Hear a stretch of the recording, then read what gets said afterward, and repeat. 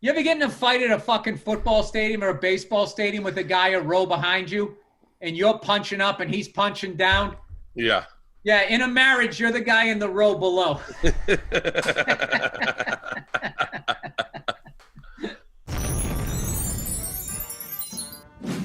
Bill Burr's wisdom. This is what he compares marriage like. Like I can't do this. And getting married and doing all this shit was the fucking smartest thing I ever did. And my wife is fucking great. Okay, look at that. Listen to what he said there. That's his disclaimer, guys. For everyone that goes, what he just said there, he's a simp. It's like, that's his disclaimer. That's his plausible deniability to drop the truth that he's about to drop. So gotta give him respect, right? He's not stupid. He knows what's gonna happen to him if divorce happens.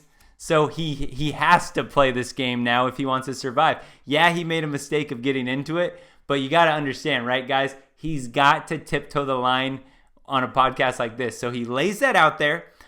Getting married was the best decision of my life. I love my wife. She's great. But here we go.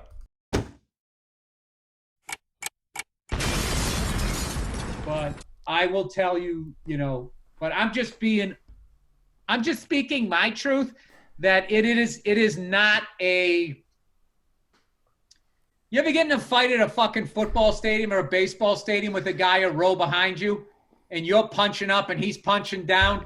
Yeah. Yeah, in a marriage, you're the guy in the row below.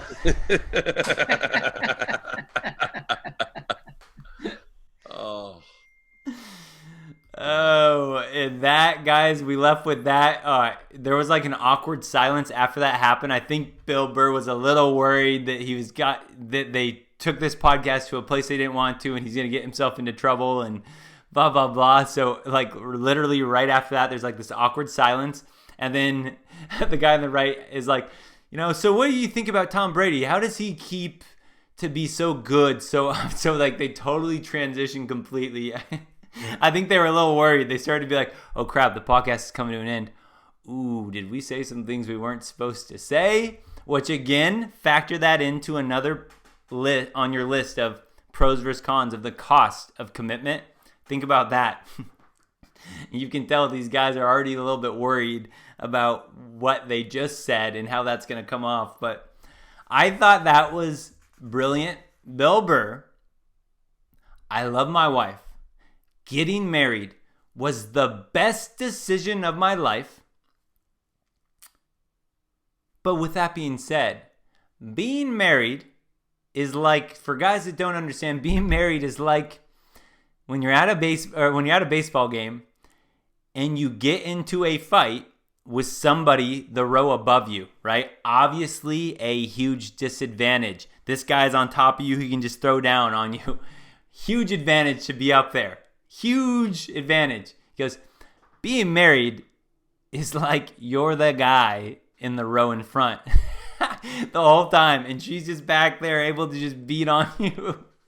That is what he was alluding to without actually saying it.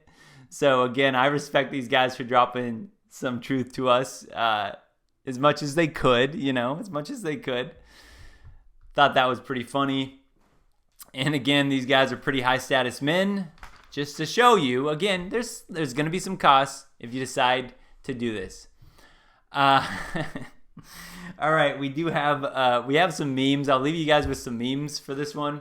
Oh, actually, one thing I did want to mention before we get to the memes, when Bill Burr said the disclaimer, right?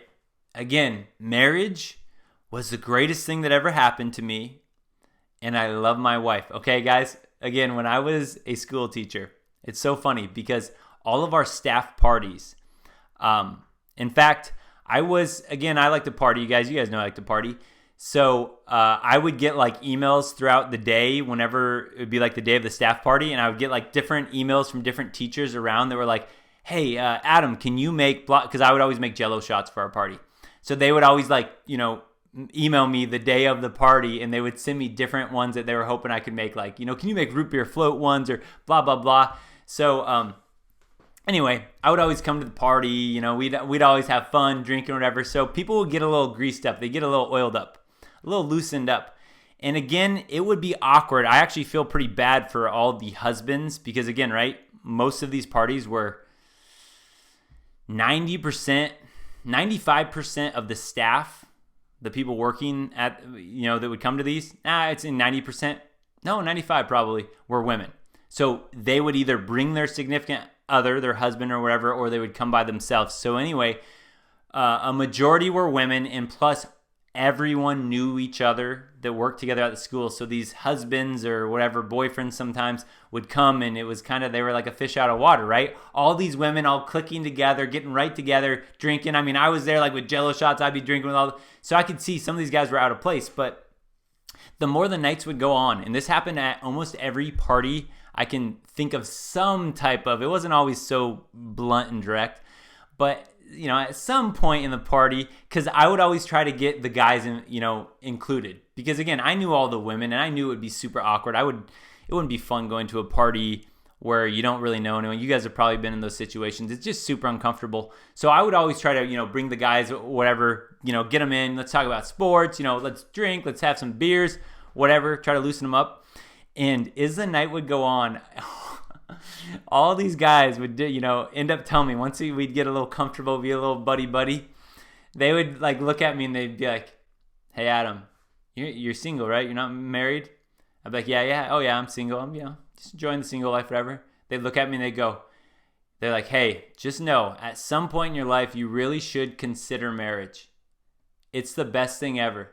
And they would do it like that, like totally laughing. They would shake their head no, or they would say, "Yeah, getting married was the best decision of my life." And they'd like wink and like be like make a face like that to me if they were like afraid that someone would see behind them. But they would always spill the truth in a way just like Bill Burr would do. He'd be like, "Well, I love my wife and my marriage is great. Don't get me wrong. I love my wife and my marriage, I would never change anything. But," and then they'd like look at me and be like, whatever, they'd give me the truth. So I thought that was funny. And obviously you guys here in the comments are all like, "Dude, I've been married, don't do it."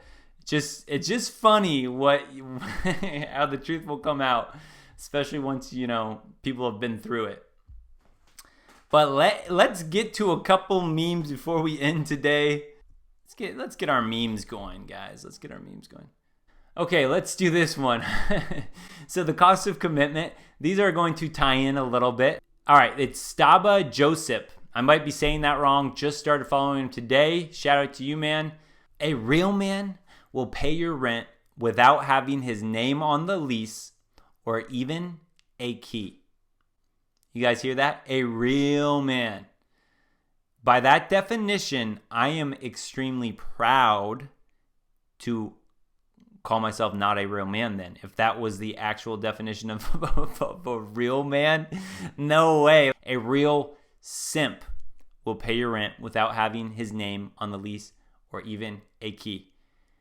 A real beta-mon will do that. A real man will not get close to putting up with that or even being in the vicinity of a woman that oozes that type of attitude. That it's like, man, I feel like I could sniff that on somebody. If I'm like sitting there like working or something, I'm at Starbucks, post-quarantine, I feel like I just can just smell it. It's like, oh, it's one of those girls, one of those queen female dating strategies, queen mindset walking, and I'm just like, nah. Yeah, you can just smell it. It just oozes out of them. I'm good. I'll pass on that. All right, how about this one, guys? Talk about the cost of commitment, guys. All right, guys, I found these memes just about 45 minutes or so before I was ready to go live here. And I was like, dang, I should throw in a picture of me as a kid, because I had these big honking glasses. So I can feel for these guys, right? The guys that have glasses, they need to see, look at this. I don't want my man to wear glasses. I feel like that's a little gay. And this guy says, Logic Luther King says, fellas, is it gay to see? It's like cost of commitment. Hey, you can be my boyfriend. You can be my husband, but you got to get rid of the glasses because I don't like the way it looks. Oh, man. Gotta love it. Gotta love the attitude. Cost of commitment is not only everything we just went over in that video, but also you can't wear glasses. If you're thinking about that, don't be silly. Come on. Don't be silly. And also this. A guy ordering dessert on a date is a red flag for me. That's a female thing to do, for real. Now, I'm not one personally that orders, dessert on a date per se. Well, also on a date because, again, right, I'm getting by spending $10 or less. So if I order dessert, she's going to, try to order dessert and, I don't know. But regardless, look at that. A guy ordering dessert on a date is a red flag. And you know what's so funny, right? We could have legit red flags. We could do videos on legit red flags about women. And that just is not appropriate. That's hate speech. Any red flags. And they could be legitimate red flags. Oh, she has, 67 piercings and 31 tattoos. And she's been with 625 men last year. Oh my God, don't ever leave me. Ever. Good. Because I'd find you. Yeah.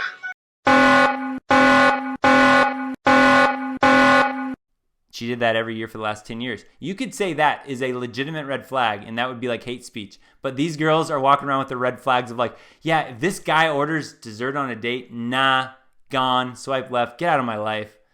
Real men don't order dessert. What are you, crazy? The simp ant, guys. Cost of commitment. The simp ant. All right, here we go. Okay, so we got the ant here at the very top. I love these. You guys, people are so clever.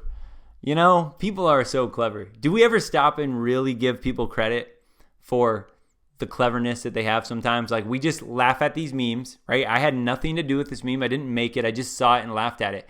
But whoever made this meme, just think about it. Somewhere, someday, they were sitting down. They were looking at these other memes of like Prince Harry, that they, show Prince Harry slowly morphing into a clown. They look at the other ones and they are able to connect it to ants. Like, I gotta give whoever made this meme, I don't know if it was Stava Joseph or some other guy or some other person, but bravo, man. They really, I appreciate some creativity and some good humor. So here we go. First stage before becoming the clown. Ant says, maybe if I work hard. And then you see his mind slowly evolve to give all of my food to the colony. Okay. Taking another step. Sleep only 8 minutes a day. And he has a little more makeup on each time. Boom, at the very end. Surely the queen will notice me. Man, I think I like, you guys know I like animals. When I was little, my grandpa always thought I would be an entomologist, like a little bug scientist, basically. I took a couple entomology classes in college as well. It's just interesting. I always thought bugs or plants and nature was always super interesting. So maybe you guys don't think this is as funny as I do. But I saw that and I just was cracking up. So again, shout out to whoever made that. I think that's hilarious. Oh, good stuff. Good stuff. Maybe the queen will notice me. Surely. Don't forget, subscribe, like, comment, share the video, but definitely subscribe.